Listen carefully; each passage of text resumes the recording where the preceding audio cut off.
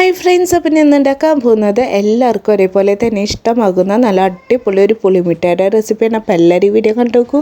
ഒരു പിടി പുളി ആവശ്യത്തിന് വെള്ളം കൂടി ഒഴിച്ചിട്ട് നന്നായി ഒന്ന് കുതിരാൻ വയ്ക്കുക. പുളി നന്നായി കുതിർന്ന് കിട്ടിയിട്ടുണ്ട്. ഇനി ഇതിൻ്റെ കുരും അതുപോലെ തന്നെ ആ നാരൊക്കെ ഒന്ന് മാറ്റിയെടുക്കുക.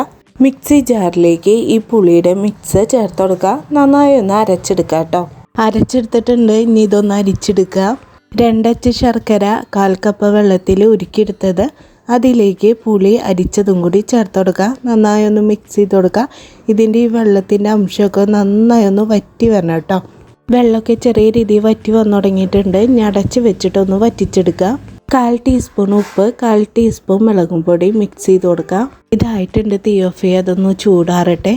ഒരു കവർ എടുത്തിട്ടുണ്ട്. അതിലേക്ക് മിഠായിയുടെ മിക്സ് വെച്ച് കൊടുക്കുക. എന്നിട്ട് ഇതുപോലെ ഒന്ന് മിഠായി പൊതിയണ പോലെ ഒന്ന് പൊതിഞ്ഞെടുക്കുക. ഇതുപോലെ തന്നെ എല്ലാം അത് ചെയ്തെടുക്കാം.